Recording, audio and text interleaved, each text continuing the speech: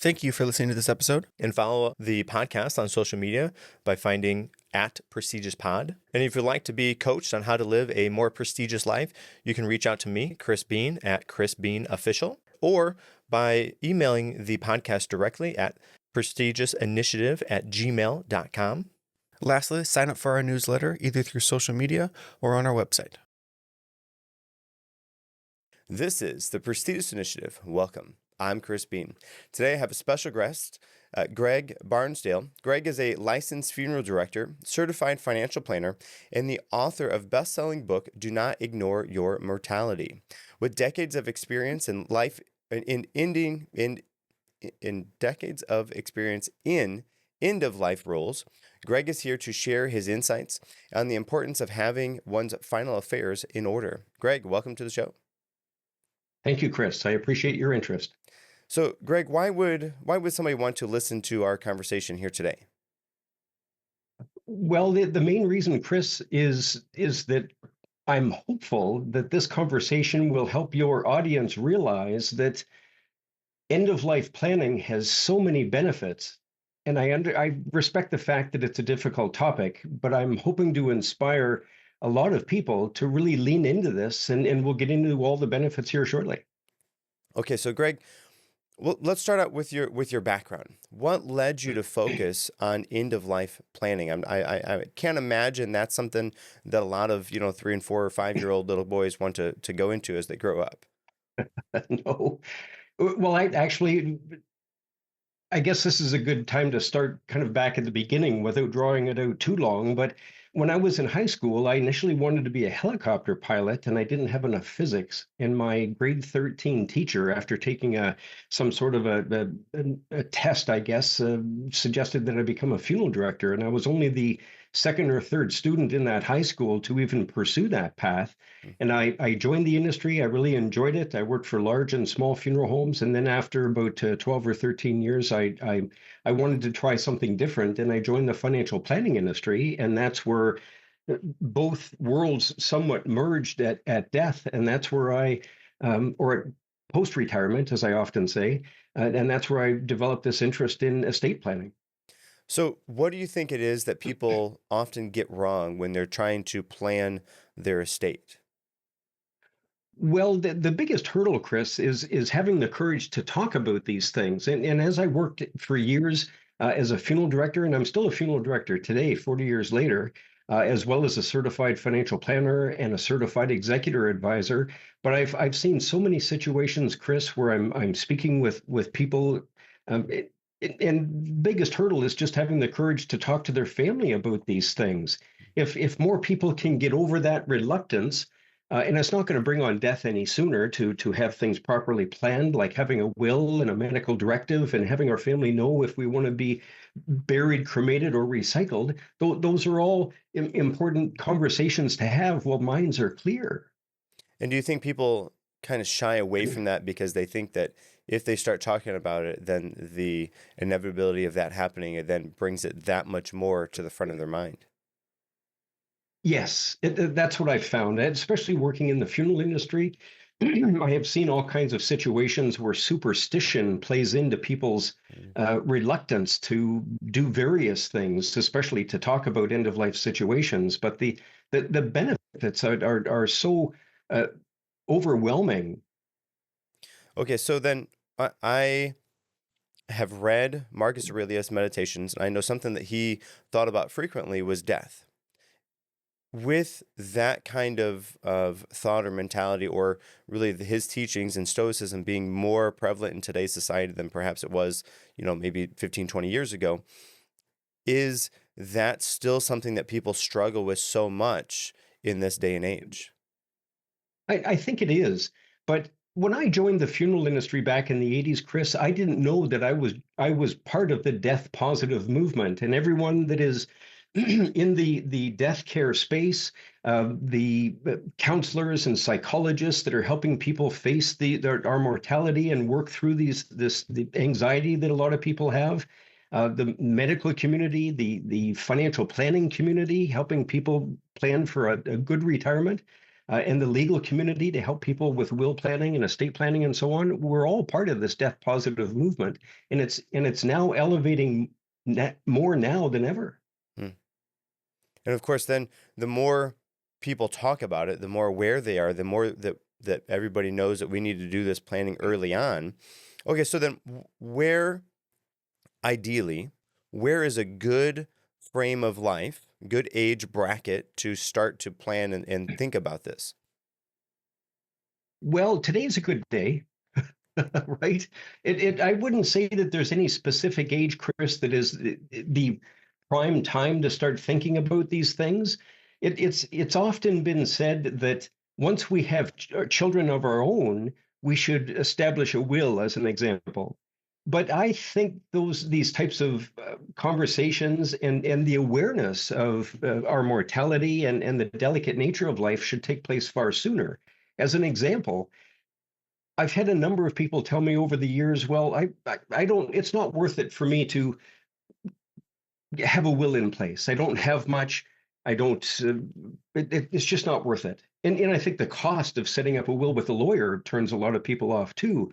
But aside from that, a will is really the only way that you can specify who is to wrap up your life. And at a bare minimum, regardless of our age, our family should know if we want to be, as I said earlier, buried, cremated, recycled, composted, whatever. And there's more options today than ever. And it's not just about okay, like the will. You think of, okay, well, I'm going to give this to this person and give this to this person. There's more to it than just who's getting all of your belongings after you're gone, but it's about who's going to be there to take care of these things, and how do you want to be taken care of after you are gone as well. Exactly, exactly. And that's why more and more people are prearranging their funeral. Now, granted, people in their 30s and 40s aren't doing this as frequently as people that are older. But as I said, having a valid will in place is the only way to specify who was to wrap up your life. And that's a very important role. Yet the people who have acted in that role and settled in a state as an executor often never want to do it again because it's a huge hassle, and the bar is continually being raised all the time. But if we don't have a will in place, the government has one for us based on our jurisdiction, Mm. and it's often not what we would want to have happen. Okay, now if you talk about people setting up their will when they're in their 30s. If they do that in a relatively early portion of their life, do they need to revisit and modify and adjust that as they go? And if so, what does that kind of process look like? Well, before all of this online technology heightened it to the point where it is now, Chris, and especially before the pandemic, the rule of thumb was a will should be reviewed every 5 years, Mm. roughly, or when there was a major significant event in your life, like a divorce or another grandchild, those sorts of things. But more and more people now are setting up their wills online. And we should talk about this too, because your audience needs to be aware of what the cautions are in setting up a will online. But now, to answer your question, that window is much shorter. It shouldn't be left as far out as 5 years. I would even recommend um, discussing these sorts of things with family members. And this is another topic we should talk about here during this recording, our family meetings. And I would even recommend that a family meeting be held at Thanksgiving and or Christmas when the family is together. Okay, so let's talk about the online will setup. What are some benefits of doing that, and then what are some downfalls of doing that? Okay. Well, first of all, let me give you a brief synopsis of what happened during COVID. During that time, prior to the pandemic, actually, Chris, there were a number of people establishing businesses of their own online, and they're commonly known as will making platforms. But then through COVID, many more of them established themselves, and now there are quite a few. So and I wanted to address this in my book because I wanted to be transparent in regards to what I've experienced in both the funeral and the financial industry. But yes, it's absolutely true that anyone pretty well all over the world, I would imagine today, can set up an online will, but for very little money. But it's important to make sure that that online will have be acceptable in the jurisdiction upon their death. That's vitally important. Yeah, I can imagine. So, Well, that would be a tough opportunity to navigate that after somebody's gone, and then trying to figure out what that all looks like, and it's saved. Yeah, wow. Hmm. yes. So if someone's looking to set up an inexpensive will, yes, they can often get by with doing it on one of these inexpensive will making platforms. But it's vitally important, Chris, as I said, to make sure that the end result, that resulting document, whether it's paper or digital, be acceptable in the eyes of a judge after their death.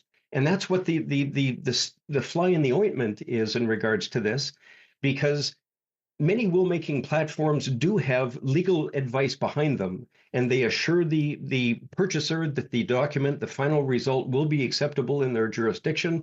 And that's fine for straightforward situations. But if someone is paying child support or spousal support, they should see a lawyer and not use an online will platform, because their situation is more complex. A Hmm. lawyer is aware and up to date with all of the nuances in regards to the estate legislation for that jurisdiction. The same would apply if someone owns property outside of their jurisdiction. They should be seeing a lawyer. If they have a disabled child, they should be seeing a lawyer. If they have any special types of, if this happens, then I want that to happen. Those, again, that type of situation warrants seeing a lawyer. And yes, it's going to cost more, but you get what you pay for, right? Hmm. Yeah. Okay, so you talked there. I want to go back to the family meeting thing, but before I circle back to that, you talked about outside the jurisdiction. So then, if I move, do I have to update my will or make sure it is in accordance to that new place that I'm living in? And how far outside of my location does that change? Well, I would recommend doing that. Yes, if you happen to move to a new jurisdiction, your will and your estate plans in general should be reviewed and updated. And again a big challenge for a lot of people. They tend to set up a life insurance policy as an example, and I sold life insurance for quite a number of years, and I came across people who hadn't heard from their agent in some cases decades. Hmm. which Wow. which is a heck of a long time. So it's important to, yes, stay on top of these things, just like our investments and anything else, and beneficiary designations. And this is another thing that I'm sure you've heard of, Chris, and many of your listeners. Somebody gets divorced, and then at some point later they die, but they never updated the beneficiary designation on an investment or an insurance plan. And it's paid to someone that they didn't want to ultimately have likely have received that money. So it's important to stay on top of these things and know how the rules apply in your area. Yeah. Okay, so circling back to family meetings, you talked about doing a family meeting, like Thanksgiving or Christmas. What would be the kind of key topics on that conversation that would be important to discuss just to make sure everybody's up to date and aware? Well, Chris, everybody's situation, as you can imagine, is so dramatically different. Many people don't have much, and they're reluctant to spend the money with a lawyer or an accountant or they don't see the need. Other people have businesses, sometimes family businesses that have been in the family for generations. So it, it's so vast. But generally speaking, these types of conversations, in my opinion, are best handled when the family is all together anyway. And not that I'm suggesting that people, bring up the fact that, oh yes, I'm going to die at some point, and create this negativity around a nice enjoyable Thanksgiving or Christmas. I'm not saying that. I'm just saying that when the family's all together anyway, why not bring it up and just kind of touch on it briefly? When I wrote this book, I intentionally included a few questions within it to help people get these conversations going in a more meaningful way. And I have since created a longer list, a list of actually 30 questions, and they're available free to anyone on my website to help in this particular way. Okay, yeah, great. And I'll give you an opportunity. We'll touch base at kind of at the end of today, where you can share the listeners with some links or some websites that we can go to learn more about that. So we will come back to that. So thank you for that. Um, okay, so in your experience, how does having one's final affairs in order impact the emotional and financial well-being of the people who are still alive in the family? Well, one of the greatest fears that most of us have, and this was reinforced to me, Chris, in my training as a hospice volunteer here in this area not too long ago. But we all have fears of death. I do too. I think everybody does deep down in their heart. And one of the biggest fears is making having a concern that those that we love are going to be okay. You know, aside from the pain at death and suffering and that sort of thing, and what is to come afterward, we really don't know what those answers are to a large degree, in my opinion. But I think one of the biggest concerns is just making sure that our family is going to be okay. And having worked as a certified financial planner and specializing in retirement planning with my clients to make sure that they are properly planning for a good retirement, regardless of what happens, I think the financial side plays a major part in that. Right. I guess I've never thought about that, but the fear of thinking about the people that are still here when we're gone is that's a tough thing to kind of think about and to worry about, because then any sort of help that you could or have been giving is gone. You can't do that anymore. So having the financial side of this in order will greatly help those people who need to take care of those final expenses that everybody has to encounter. Exactly, and that's why I found, and I wrote about this within my book, and I referenced a number of articles within it too. You know, Chris, I wanted to be so transparent with people. I've tried many things in this whole career of mine that have not worked, and I finally figured out that writing a good book was the way to help share this message transparently with people based on what I've really seen. But so many people, in my experience, going through a risk assessment with them to determine, okay, if they get critically ill, will they be okay financially based on their objectives? And the general answer to that, with most of the clients that I sat down with to go through this type of assessment, and many clients I had for many years, the answer was no. And the same would apply if there was a premature death, especially of a breadwinner. Many people are just simply underinsured. And I say that based on people's own answers that they provided to me that I put into the needs assessment. Mm. Yeah, and we're not really geared towards figuring out what that looks like when after we're gone or as we're getting to that stage. And if we're thinking about it as we're getting to that stage, it's often too late. And so that's where meeting with the financial advisors, meeting with people like you who can help to kind of establish some proper protocols to put into place early in life. That way, when things are further along, you're already set. And not only are you set, but then the people that are going to be still here are set as well, and they know what to do. They can follow your instructions. Yes, exactly. And the time, just touching on insurance briefly, Chris, the time to set up insurance, any type of insurance planning is when you're healthy and young. Hmm.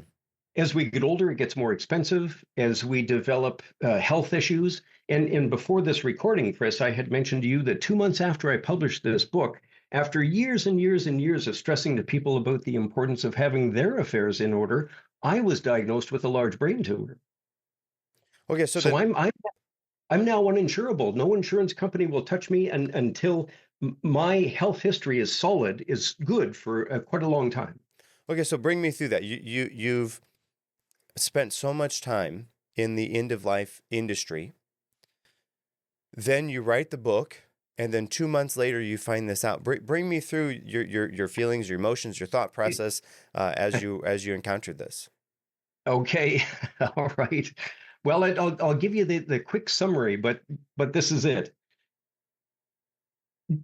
When COVID started, I ended up getting a deep nasal swab up my left nostril, which was the norm here in the Ontario area, and I probably was in your area too. Mm-hmm. They were doing these deep swabs, and then the next day after I had that happen, I developed a ringing in my left ear.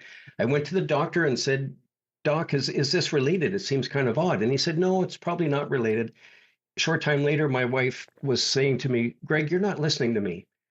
I think a lot of guys are guilty of that, actually. But I went and got a hearing test, and sure enough, my hearing in my left ear was diminished, but I still had this tinnitus, it's called.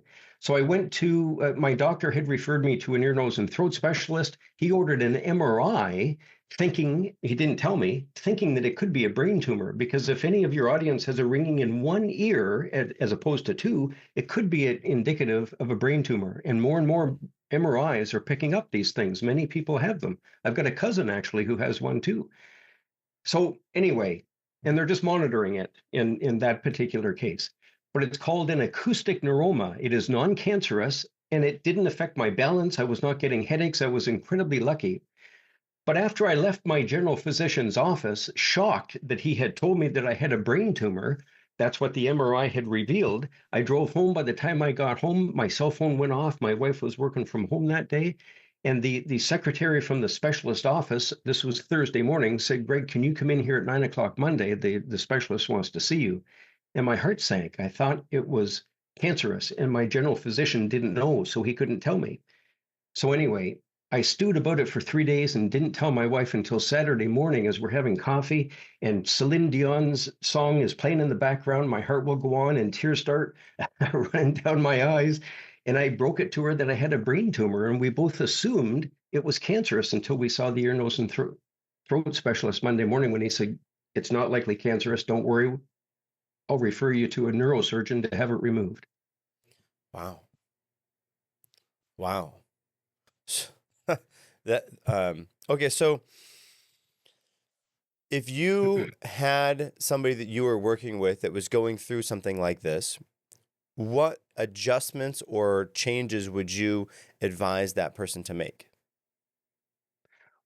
Well, it's really a mindset, Chris. I call it a mortality mindset. And here's an example. I work from home. I'm in my home office here right now in Ontario. And every time I update a login credential, a password as an example, I'm always updating it in pencil to make sure that my wife will be able to access all the different things that I have online, banking and subscriptions and everything else, and credit card statements and payments, et cetera, to make it as easy as possible for her. But I'm always trying to keep these things in mind. And I think it's important that we all do this because any of us can be gone in an instant. We have no idea. And I've picked up hundreds of people who probably felt the same way that, oh, I've got lots of time when they didn't. Mm. Yeah. Okay. What an interesting story and wow. Yeah. Moving. Let me tell you this other quick point, Chris. Okay. My publishing coach, who was you've heard of Shark Tank, I'm sure, seen it probably. My publishing coach was a dragon on Dragon's Den here in Canada for 3 seasons, and that's the forerunner to your Shark Tank in the U.S. Anyway, he stresses in this masterclass that I've been studying for the last number of years as I created my book and published it and so on, to try new things. So my stepdaughter says to me, Greg, we should take that video that you recorded just after you told my mother about your brain tumor and put it on TikTok. So I reluctantly agreed because I hadn't stretched out into social media at that point. This was all relatively new to me, but I thought I should be open to it, and it blew up. That video has now been viewed over 1.7 million times. Wow. And then that's all of those people get to a glimpse into seeing how soon life can be taken away and how fragile life really is. Yeah, exactly. And if any of your listeners goes to Author Mortality on TikTok, they'll see my videos. And if they scroll down to the bottom, they'll see me sitting in a white pickup truck in the driver's seat. And that's where I recorded this brief little video indicating that if it is brain cancer, I've got some serious decisions to make. But isn't it ironic, Chris, that so many people were interested in my little story about my brush with death, and I was very lucky. Yet on the flip side of the coin, only about half the population in your country and mine here in Canada has a valid will. Yeah, it's like one of those things that you see and you can watch and have all around you, but until it happens to you or until it hits close enough to home that you it's not enough for you to go and do something about it. Right. And that's why we're we're kind of in this mindset to a large degree that tomorrow will continue just as all the yesterdays have. And I stress this within my book. It, to a large degree, yes, for most people that happens. But as I keep stressing to people, when you work in the end of life space as I have, especially in the funeral industry, you see a lot of situations where families are wringing their hands and saying to us, "Boy, I certainly didn't expect this today," or and it's the worst day of their life, the worst time having to go through a death, especially if it's sudden. And just think about all the fatalities that we hear about all the time. Most recently, the aviation accidents. Mm. Death is all around us. Yet, to a large degree, as I stress in this book, a lot of people are really tuned out. Okay, so you touched on mindsets there. All right. So I have been to a number of funeral services, and I'm the ones that I have been to recently have been people who have, let's say, finished their race, and they've lived a long number of years, and they've made it. Right. The challenge that I go through sometimes is we go to these funeral services, and we're there for the family. We walk through, we do the handshake. We're there to be present with the deceased. There's a service that happens afterwards, and they're playing the music. The music gets me every time, because the music that they're listening to is like, you would want to cry listening to those songs just without being in that type of setting. But being in that type of setting makes it so much more, let's say, impactful. And while, yes, I'm sad that this person is gone. Yes, they were not going to be here with us anymore, but it's not like they were cut down in their prime. They finished their race. Like, they made it the whole way. So that, like you talk about mindset, that is a mindset that I am continually kind of reminded about every time I go to a service, that is almost like the feeling that we want and should and are quote unquote supposed to have is sorrow and pain and suffering to a certain extent when we're there at the service, despite what the circumstances are of that person's passing. Does that ring bell? Does any of that make sense to you? Well, it does. Yes, yes. And Chris, I have seen many situations like that where the deceased has lived a full life and basically died peacefully, and the family Mm-hmm. were quite relieved in a sense that everything worked out kind of as life is kind of anticipated to play out. But I've also seen many situations where people have actually taken their own life with their own hand, and all kinds of various accidents too, where people are basically cut down during the prime of their life, and in some cases when they're even children. And it can be incredibly sad. I've even found that the cause of death impacts the feeling of the funeral to a large degree. Oh. Well, yeah, okay. So then, because then they associate whatever that causes with whatever they intrinsically know about it, and then they put that layer over the whole thing. Yeah, and as you can imagine, situations where someone has actually taken their own life, it's incredibly difficult, Mm. very much so. Yeah, I can only imagine what trying to navigate that Yeah. in a way that is respectful to everybody, as the person who is leading the service is very challenging, I can imagine.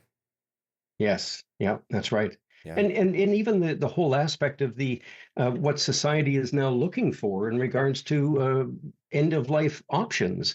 More and more people want to be involved in these sorts of things, and um, society, to a large degree, doesn't see the value in a traditional funeral as they used to in the past, and it's really changing. There are more and more options available now. More and more people are opting for cremation. We're hearing more of an interest in natural green burials that does not involve a casket or embalming or anything else. And even with cremated remains, there are more and more options now. You can have basically ashes turned into a vinyl record or a diamond, or have them shot into space.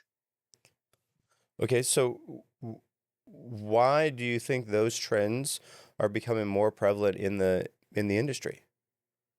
Money Of is course. money is one factor, right? Yes. Real estate is always becoming more and more expensive, and that is also the case within cemeteries.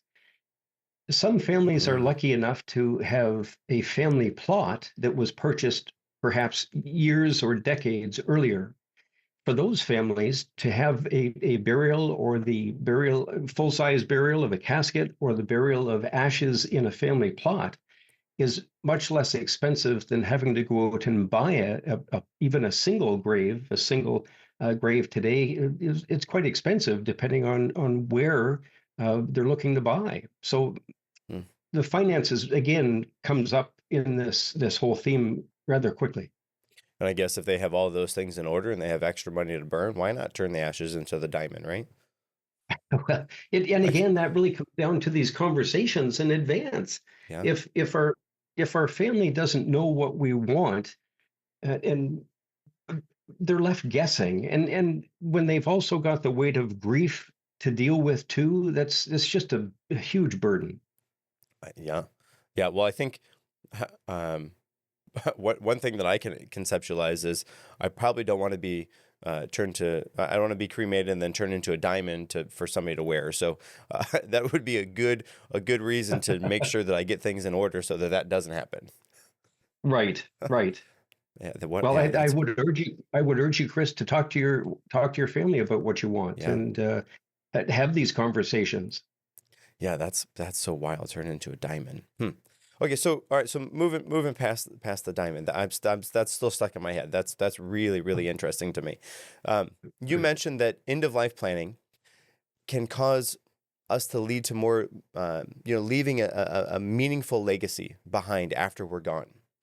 Can you elaborate how individuals might incorporate their charitable giving into their estate plans? Yes. Well, from a financial planning perspective, Chris, the options that are available to plan and save tax and leave more of a meaningful legacy upon our death exists when we're alive. Upon our death, a lot of those planning options, especially from the financial planning side of things, basically die with us. So the time again, it comes back to the solution really being proactivity and talking about these things, engaging a financial planner to help plan based on your objectives and in the listener's situation. Hmm. And again, setting that all up, of course, before you're gone, because once you're gone, it's gone. Yeah, I see. Yeah. Right, right. So, okay, so we talked about how challenging it is to talk to our family about these end of life wishes. Do you have any strategies or tools that you would recommend to facilitate these type of interactions with our family? Yes. I have developed a short quiz, Chris, that I think is very helpful to a lot of people to better understand if they have some homework to do. And I find most people do have some homework to do in this regard. But I've developed what I call a living legacy quiz, and it only takes people a minute or two to go through it. There are only 5 questions on it, and it's available for anyone on my website, do not ignore your mortality.com.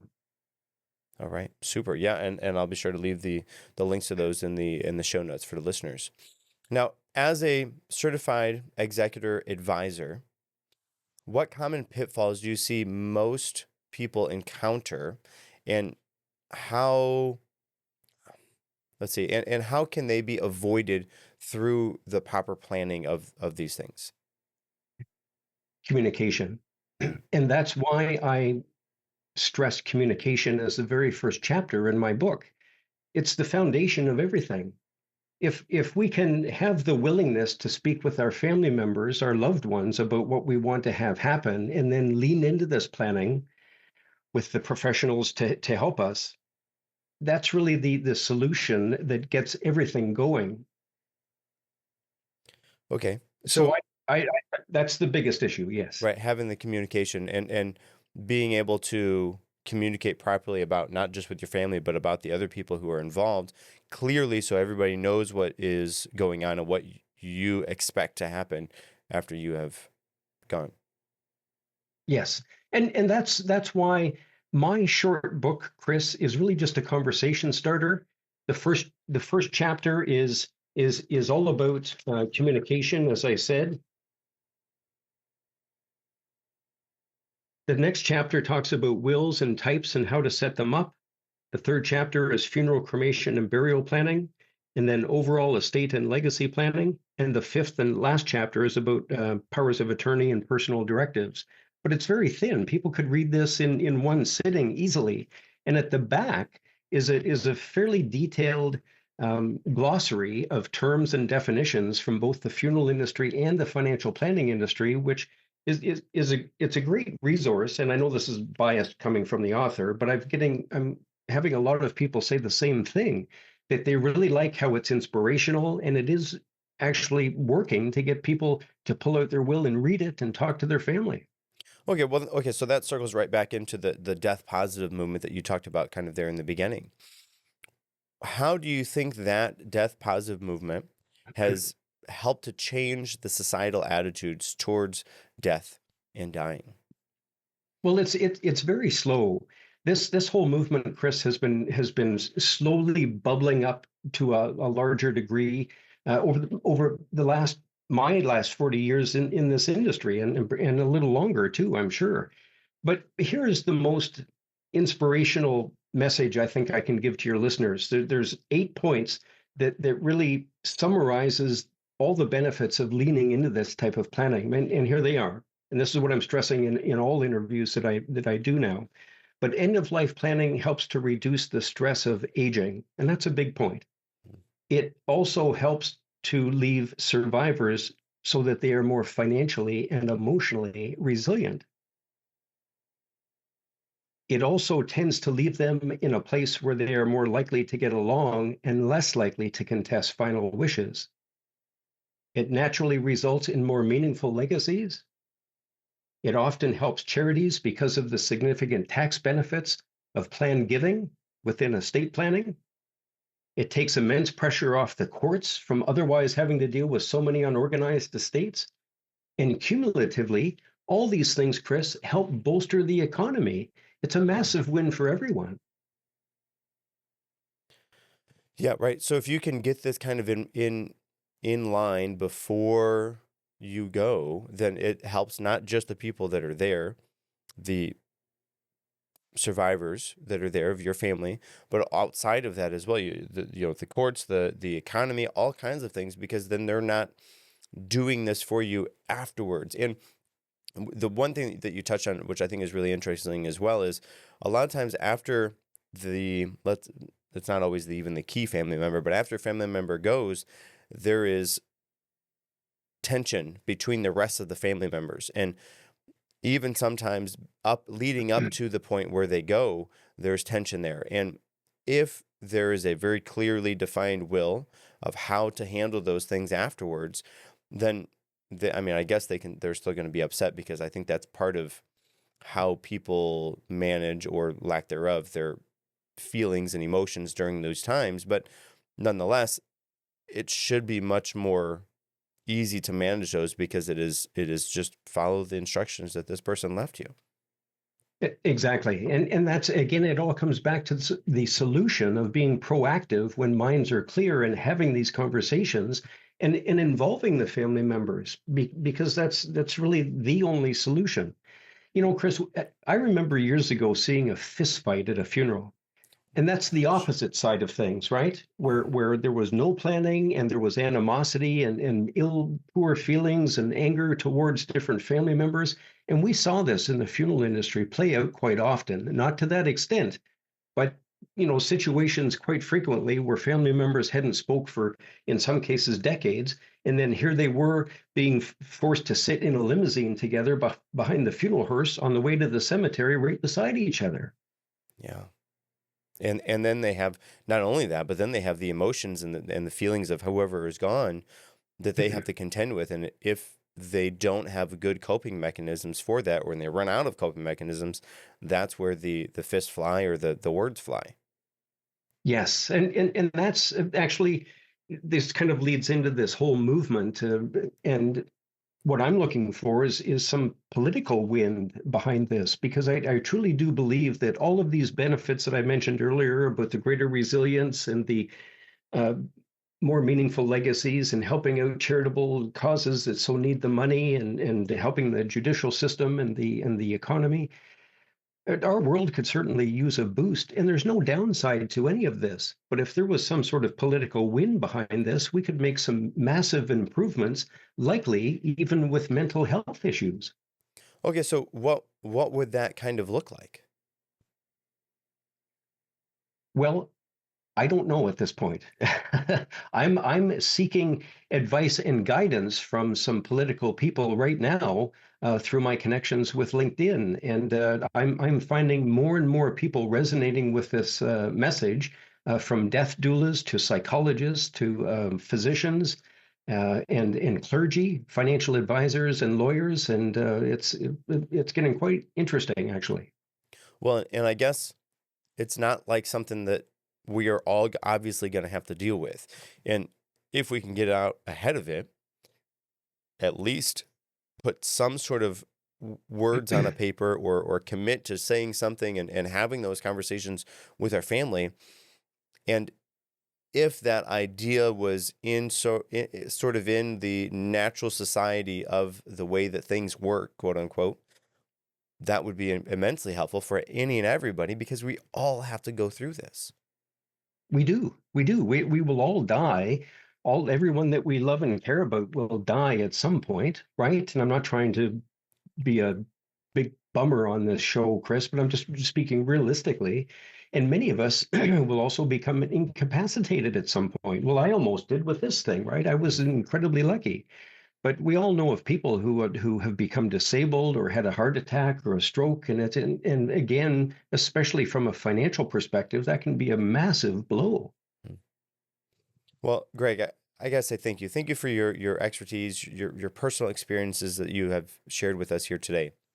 Your insights into end of life planning are invaluable, and again, something that everybody is going to need to encounter at some point in way, shape, and form in their life. Before we wrap up, do you have any key thoughts or final takeaways for the listeners? And then what would be the best way for them to get in contact with you or to learn more about you if they wish to?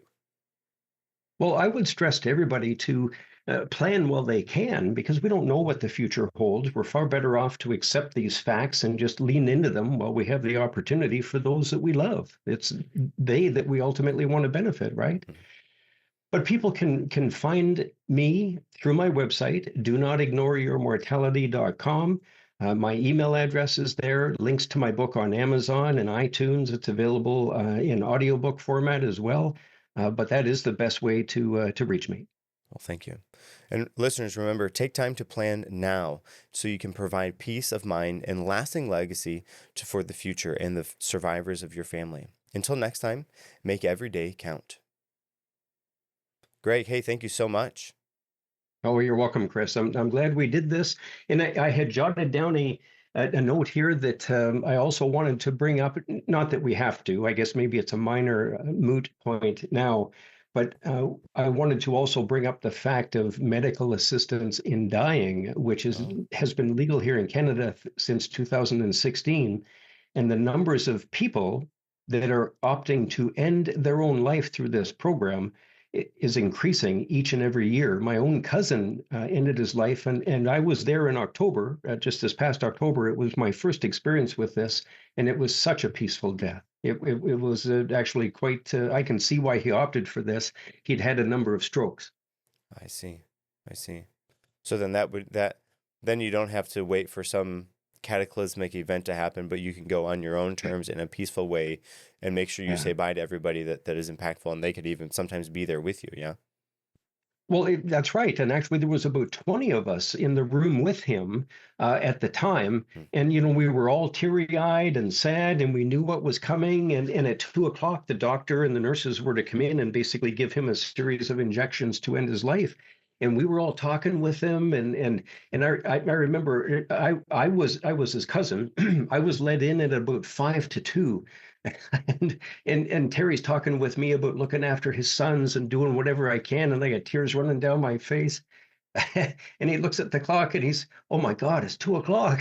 Like, And it was just such a bizarre experience. I actually wrote about it afterwards, just a brief summary, and it was published by Dying with Dignity Canada, of which I'm a part-time technical writer for. wow. Yeah, yeah. Yeah, I guess I have seen this around, but I have not. It's not often on the front of my mind. So, yeah, wow. Yeah, Hmm. yeah. But here in Canada, and I understand in more and more of the states and in other parts of the world too, Chris, this whole aspect of people wanting control. We all, as humans, we all Mhm. crave control, but to have that control at the end of our life is something that a growing number of people, a large number of people, want to have. Yeah. Well, yeah, I mean, yeah, like I said, or you said it, in life we want to be in control, and the more control we have, the better it is. And so if you Yeah, control every aspect, even the where and when and how it ends, then that would be it, I guess. yeah. Hmm. I don't know if you've ever heard of a company out of Switzerland called Exit International. I have not. Okay, well, okay, well, that doesn't surprise me, Chris, because unless your head's really in this space all the time, like mine is, you don't tend to really even want to think about these things.